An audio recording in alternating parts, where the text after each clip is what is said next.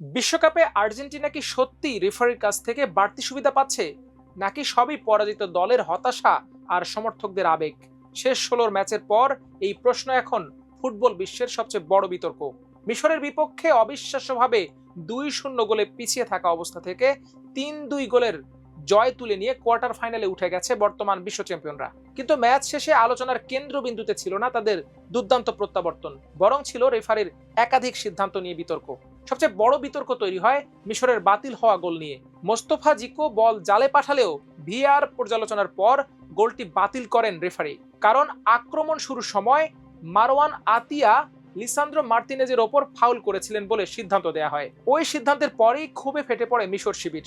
Match শেষে মিশরের coach Hossam Hassan সরাসরি অভিযোগ করেন ফিফা নাকি বিশ্ব চ্যাম্পিয়ন আর্জেন্টিনা ও লিওনেল মেসিকে টুর্নামেন্টে টিকিয়ে রাখতে চায়। অভিযোগটি দ্রুতই ছড়িয়ে পড়ে সামাজিক যোগাযোগ মাধ্যমে। মিশর আরও 2টি পেনাল্টির দাবি তুলেছিল।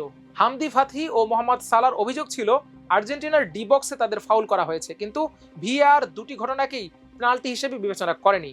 ফলে বিতর্ক আরও বেড়ে যায়।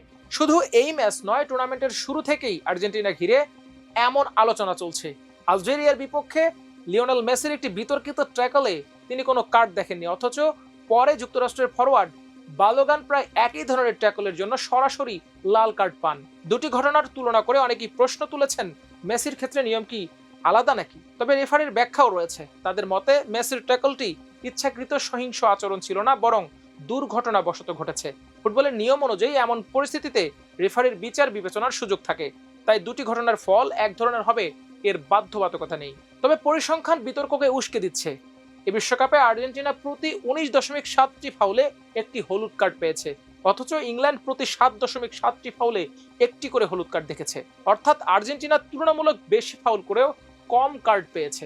কিন্তু এখন পর্যন্ত এমন কোনো অকাট্য প্রমাণ সামনে আসেনি যা নিশ্চিতভাবে বলে দেয় যে আর্জেন্টিনা ইচ্ছাকৃতভাবে বাড়তি সুবিধা পাচ্ছে। তবে এটাও সত্য যে কয়েকটি গুরুত্বপূর্ণ সিদ্ধান্ত স্বাভাবিকভাবেই প্রশ্নের জন্ম দিয়েছে। ফলে বিশ্ব চ্যাম্পিয়ন আর্জেন্টিনার প্রতিটি ম্যাচ, প্রতিটি গোল এবং প্রতিটি রেফারির বাঁশি এখন আরো বেশি বিশ্লেষণের মুখে পড়েছে।